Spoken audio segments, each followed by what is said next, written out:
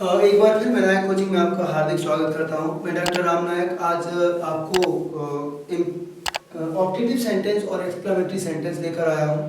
ठीक है, जिन्हें पढ़ना काफ़ी ज़रूरी होता है क्योंकि इन्हें पढ़ने के बाद अब हम आगे ग्रामर में बढ़ सकते हैं। क्योंकि मैंने बेसिकली आपको बताया था कि साहब सेंटेंस 5 प्रकार के होते हैं और उन सेंटेंस में पिछले वीडियोज में मैं आपको assertive sentence, interrogative sentence, imperative sentence के बारे में बता चुका हूँ।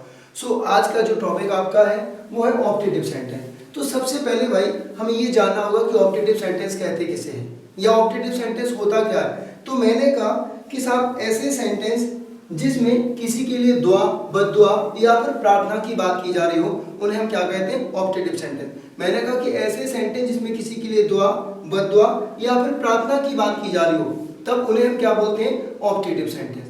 अब ऑप्टेटिव सेंटेंस को हम इच्छावाचक वाक्य भी कहते हैं। क्यों? क्योंकि किसी के लिए अगर हम दुआ की बात कर रहे हैं या बद्दुआ की बात कर रहे हैं तो both are occurred from just our self desire. ये हमारी खुद की इच्छा से उत्पन्न होती हैं और खुद की इच्छा से उत्पन्न होने वाली चीजों की वजह से इस सेंटेंस को हम क्या कहते हैं, इच्छावाचक सेंटेंस या फिर ऑप्टेटिव सेंटेंस। ठीक है, तो अब सवाल ये आता है कि ऑप्टेटिव सेंटेंस तो हम जान चुके, अब इसकी अंग्रेजी कैसे बनाया जाए। तो मैंने कहा कि साहब जब किसी वाक्य में किसी के लिए दुआ, बद्दुआ या फिर प्रार्थना की बात की जा रही है तब उन वाक्यों को ऑप्टेटिव सेंटेंस कहते हैं और ऑप्टेटिव सेंटेंस को हम में से शुरू करके और साहब एक्सक्लेमेशन के चिन्ह पर खत्म करते हैं। ठीक, अब हिंदी में क्या पहचान होती है, अगर हिंदी में देखें तो भगवान करे, परमात्मा करे, विधाता करे, अल्लाह करे, यीशु करे, इस तरह के संबोधन से इन वाक्यों को शुरू किया जाता है। और इनकी अंग्रेजी बनाते समय सबसे पहले आपको क्या लिखना है, मे के बाद क्या लिखना है साहब जी, सब्जेक्ट, सब्जेक्ट के बाद वर्ब की फर्स्ट फॉर्म, फिर ऑब्जेक्ट और फिर mark of exclamation. It must be very necessary. क्यों? क्योंकि अगर आप मार्क ऑफ एक्सक्लेमेशन नहीं लगाते हैं तो उस स्थिति में आप जानते हैं कि मे से सिंगल इंट्रोगेटिव सेंटेंस भी शुरू होता है। ठीक है, इसलिए आप कंफ्यूज हो सकते हैं और इस कंफ्यूजन से बचने के लिए और पूर्ण जानकारी रखने के लिए आपको ये जानना होगा कि साहब यहाँ पर you have to put mark of exclamation. That's okay. अब जैसे कोई भी सेंटेंस आप उठा लीजिए, मैंने कहा भगवान करे तुम सभी बहुत अच्छे नंबरों से पास हो जाओ। तो देखो ये भगवान करे, परमात्मा करे, विधाता करे, ये इनकी अंग्रेजी आपको बनाना ही है। ये आपके लिए केवल और केवल इंडिकेटर है जो आपको इंडिकेट करते हैं कि particular sentence belong to category of optative sentence. That's okay. तो अब यहां पर आपको क्या करना है, यहां पर लिखा भगवान करे, इसकी अंग्रेजी आपको नहीं बनानी है। ये सिर्फ और सिर्फ संकेत था। इस संकेत से हम जान गए कि साहब ये ऑप्टेटिव सेंटेंस था। तो अब हमें मे से शुरू करना है। तो सबसे पहले मैंने क्या लिखा, मे। अब सब्जेक्ट क्या था, तुम सभी। तो देखो यू ऑल, क्या हो गया, मे यू ऑल। इसके बाद देखो वर्ब की फर्स्ट फॉर्म, तो क्या हो जाएगा, पास।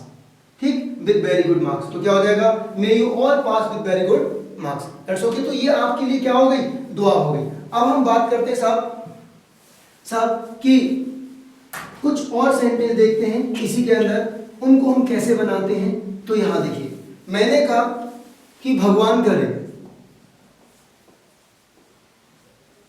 भगवान करे तुम सभी अपने जीवन में सफलता प्राप्त करो। यहां पे क्या लिखा, भगवान करे तुम सभी अपने जीवन में सफलता प्राप्त करो। तो अब यहां देखो, सबसे पहले मैंने क्या कहा था कि आपको मे लिखना है। आपने क्या लिखा, मे, फिर यू ऑल, ये क्या हो गया सब्जेक्ट, और सफलता प्राप्त करो। तो may you all get success in your life. That's okay. तो ये भी आपकी क्या हो गई, दुआ। आगे देखिए, अगर आगे हम देखें तो मैंने कहा कि परमात्मा करे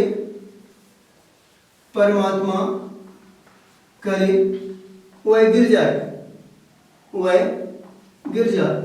तो भाई साहब किसी को आप गिरने की दुआ तो दे नहीं सकते। इसका मतलब क्या हो गया, किसी का बुरा हो रहा, तो ये क्या है, बद्दुआ। ये बद्दुआ है। तो अब यहाँ पर क्या करें, परमात्मा करे, इसकी अंग्रेजी नहीं बनानी, ये इंडिकेटर हो गया। तो साहब यहाँ पे क्या हो जाएगा, सबसे पहले आपको क्या लिखना, मे लिखना। मे के बाद सब्जेक्ट। देखिए मैं पहले भी आपको बता चुका हूँ, पिछले वीडियो में आपको बता चुका हूँ कि साहब जिसके बारे में हम बात कर रहे होते हैं उसे सब्जेक्ट कहा जाता, और यहाँ पर वो है इसकी बात कर रहे हैं तो ये हो गया सब्जेक्ट। ठीक, तो क्या हो जाएगा, मे ही फॉल डाउन, ये क्या हो गया, बद्दुआ। तो इस तरह से हम कह सकते हैं कि साहब जब भी किसी वाक्य में किसी के लिए दुआ, बद्दुआ या फिर प्रार्थना की बात की जाती है तब उस बात को हम क्या कहते हैं, ऑप्टेटिव सेंटेंस। और ऑप्टेटिव सेंटेंस के बारे में मैंने आपको पहले बता दिया कि ऑप्टेटिव सेंटेंस को कैसे बनाया जाता है। अब ऑप्टेटिव सेंटेंस खत्म होने के बाद जो आपका अगला सेंटेंस है वो क्या है साहब, एक्सक्लामेटरी सेंटेंस।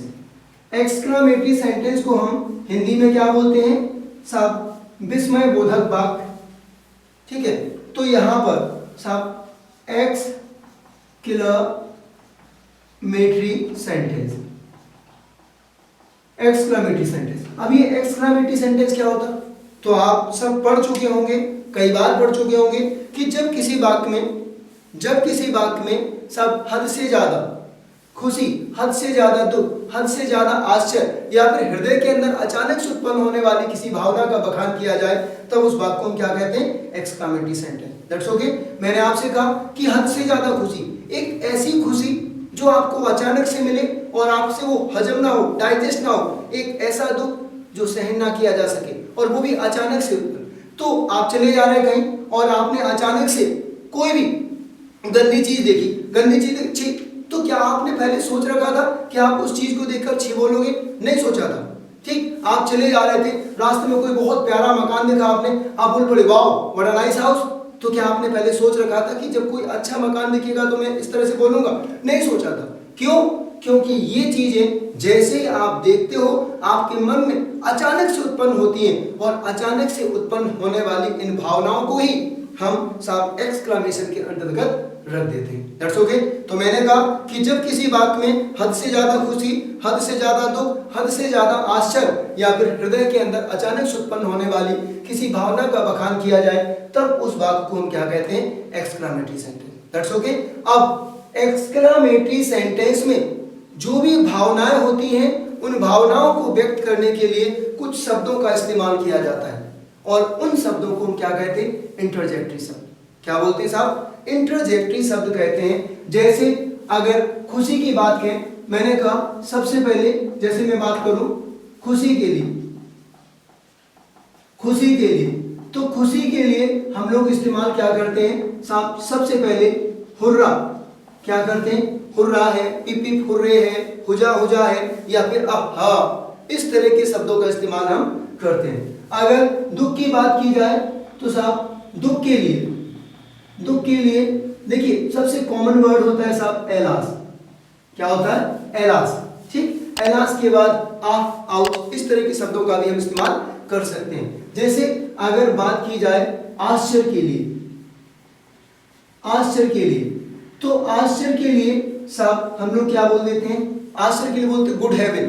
क्या बोलते हैं साहब? गुड हेवन बोलते हैं, वाओ, वाटा या हाउ, इस तरह के शब्दों का इस्तेमाल करते हैं। तो इस तरह की, जैसे कोई तारीफ की बात की जाए, अगर तारीफ की जा रही है तो तारीफ के लिए जैसे कहते हैं साहब ब्रेवो या वेल डन, इस तरह के शब्दों का इस्तेमाल किया जाता है और इन शब्दों को हम क्या बोल देते हैं? इंटरजेक्टरी शब्द। अब ये तो हो गया साहब क्या, एक्सक्लेमेटरी सेंटेंस। अब इसके बाद आगे इनकी अंग्रेजी कैसे बनाई जाती है तो उसको देखिए। तो देखिए भाई, अभी बात कर रहे थे कि साहब ऑप्टेटिव सेंटेंस की अंग्रेजी को कैसे बनाया जाता है। तो ऑप्टेटिव सेंटेंस की अंग्रेजी को बनाने के लिए सबसे पहले आपको इंटरजेक्टरी शब्दों का इस्तेमाल करना होता है। तो आपने क्या लिखा? इंटरजेक्टरी शब्द, फिर मार्क ऑफ एक्सक्लेमेशन का चिन्ह लगाते हैं, फिर सब्जेक्ट लिखते हैं और फिर अकॉर्डिंग टू सेंटेंस, जैसा सेंटेंस हो, जिस टेंस में दिया हो, आपको उसी रूप में, उसी टेंस में उसकी अंग्रेजी को क्या कर देना है? फॉर्म कर देना है। That's okay. जैसे एक एग्जांपल में कहा कि अरे वाह, जैसे देखिए भाई हम लोग Bundelkhandi, we are talking about exclamatory sentence here, लेकिन देखिए मैं ललितपुर से बिलोंग करता हूँ, यानी बुंदेलखंड से हूँ। तो बुंदेलखंड में लोग बात कहते हैं कि साहब होय लल्लू के मजा आओ, तो ये होय लल्लू के, अरे वाह, ठीक है, इस तरह के शब्दों को हम खुशी के लिए बोलते हैं। ठीक है, तो मैंने उसी तरह से लिखा कि अरे वाह वो पास हो गया, किसी के पास होने की उम्मीद ना हो और अचानक से उसका रिजल्ट आया और उसे लगे कि यार मैं तो पास हो गया, तो बिल्कुल से साहब एक्सक्लेमेशन में आ जाता है, एकदम से वो शॉक्ड हो जाता है खुशी में ठीक, तो मैंने कहा अरे वाह वो है पास हो गया, दैट्स ओके। तो यहाँ पर मैंने क्या कहा, सबसे पहले इंटरजेक्टिव शब्द लिखा मैंने क्या, हुर्रा, क्योंकि ये खुशी की बात थी, मार्क ऑफ एक्सक्लेमेशन लगाया। अब देखो वो पास हो गया, ये पास्ट इंडेफिनिट टेंस में। तो पास्ट इंडेफिनिट टेंस में आई थिंक आप लोग जानते हैं कि भाई सब्जेक्ट लिखना, सब्जेक्ट के बाद वर्ब की सेकंड फॉर्म लिखना, तो क्या हो गया कि hurrah he pass, that's okay. अब देखो दूसरा सेंटेंस मैंने उठाया यहाँ पे, अरे वाह हम यह मैच जीत चुके हैं। तो साहब जब मैच जीत जाते हैं आप जानते हैं कि कितनी खुशी होती है।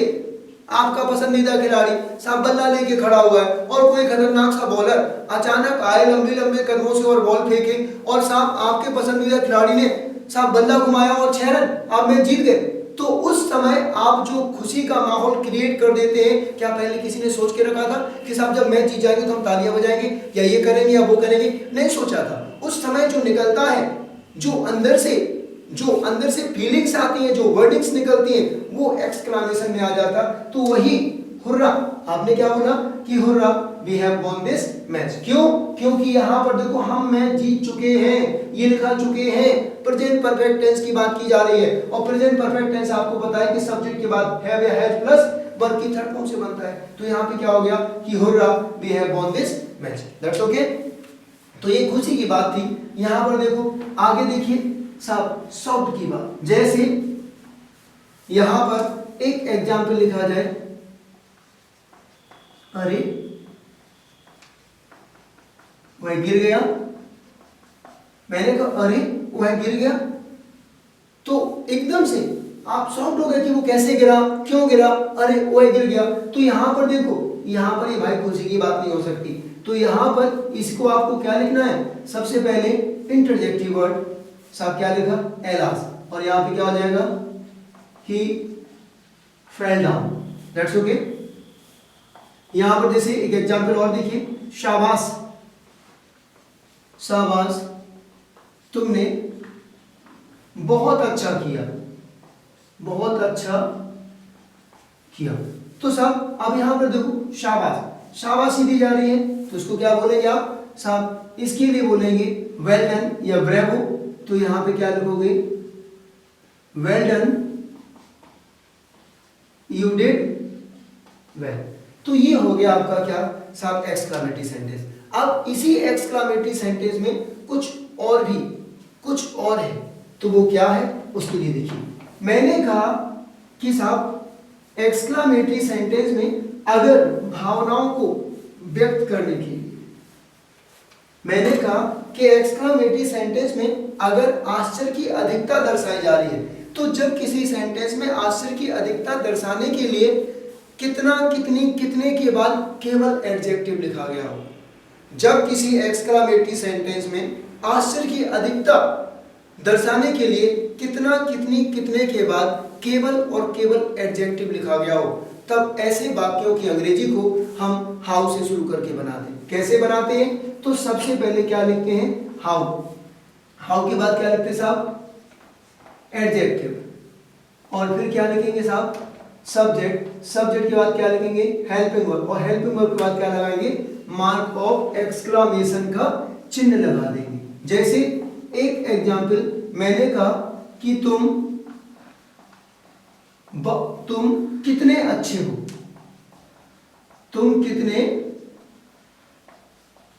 अच्छे हो, ठीक है। तो मैंने कहा कि तुम कितने अच्छे हो। अब भाई साहब यहां पर देखो, मैंने कहा कि जब किसी एक्सक्लेमेटरी सेंटेंस में कितना, कितनी, कितने के बाद क्या लिखा हो, एडजेक्टिव लिखा गया हो। क्या लिखा गया हो, एडजेक्टिव। तो देखो ये कितने हो गया और ये आपका क्या हो गया, एडजेक्टिव हो गया। तब ऐसे वाक्यों की अंग्रेजी को हाउ से शुरू करके इस कंपोजिशन के द्वारा बनाते हैं। तो सबसे पहले क्या लिखोगे भाई जी, हाउ, हाउ के बाद गुड, एडजेक्टिव हो गया, और फिर सब्जेक्ट क्या हो जाएगा, you are, how good you are.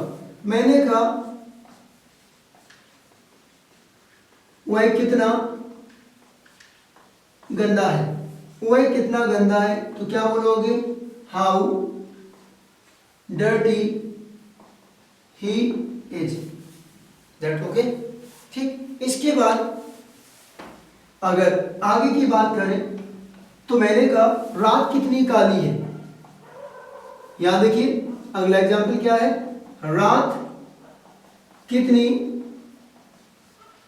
काली है। यहां पे क्या बोल सकते हैं, how dark the night is, how dark the night is. तो अब इसी को आगे और भी बढ़ा सकते हैं। मैंने कहा कि जब किसी एक्सक्लामेटरी सेंटेंस में आश्चर्य की अधिकता दर्शाने के लिए कितना, कितनी, कितने के बाद एडजेक्टिव प्लस नाउन लिखा गया हो। एक बार फिर सुन लीजिए, मैंने कहा कि जब किसी एक्सक्लामेटरी सेंटेंस में आश्चर्य की अधिकता दर्शाने के लिए कितना, कितनी, कितने के बाद एडजेक्टिव प्लस नाउन लिखा गया हो, तब ऐसे वाक्यों की अंग्रेजी को हम कैसे बनाते हैं, तब ऐसे वाक्यों की अंग्रेजी को वाटा से शुरू करके बनाया जाता। कैसे भाई, सबसे पहले आप क्या लिखेंगे, वाटा, वाटा के बाद क्या लिखेंगे सब, एडजेक्टिव, एडजेक्टिव, एडजेक्टिव के बाद क्या लिखेंगे नाउन, नाउन के बाद सब्जेक्ट, सब्जेक्ट के बाद हेल्पिंग वर्ब, हेल्पिंग वर्ब के बाद क्या लिखेंगे सब, मार्क ऑफ एक्सक्लेमेशन का चिन्ह। जैसे यहां पर देखा जाए भाई जी, मैंने कहा कि तुम कितने अच्छे लड़के हो। अगर एग्जाम्पल की बात करें तो मैंने कहा तुम कितने अच्छे लड़के हो।